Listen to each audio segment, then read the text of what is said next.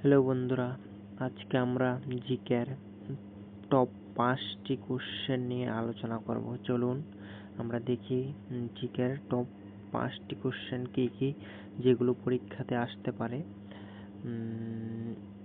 প্রথম কোশ্চেনটা হলো ভারতের জাতীয় পাখি কোনটি? অপশন এ ময়ূর, অপশন বি কাক, অপশন সি পায়রা, অপশন ডি রাজহাঁস। ও সঠিক উত্তর হবে অপশন এ ময়ূর। তারপরে দ্বিতীয় কোশ্চেনে বলছে ভারতের প্রথম প্রধানমন্ত্রী কে ছিলেন?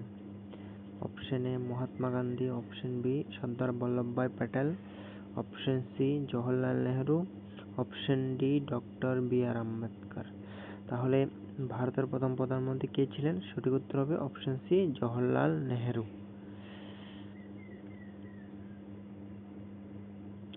তারপরে 3 নম্বর কোশ্চেন বলছে রবীন্দ্রনাথ ঠাকুরের কোন কাব্যগ্রন্থের জন্য নোবেল পুরস্কার পান?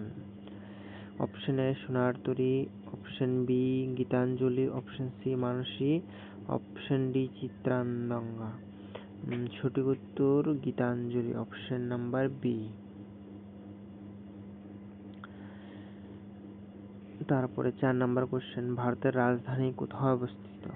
কলকাতায়, মুম্বাই, চেন্নাই, নয়াদিল্লি। সঠিক উত্তর অপশন ডি নয়াদিল্লি।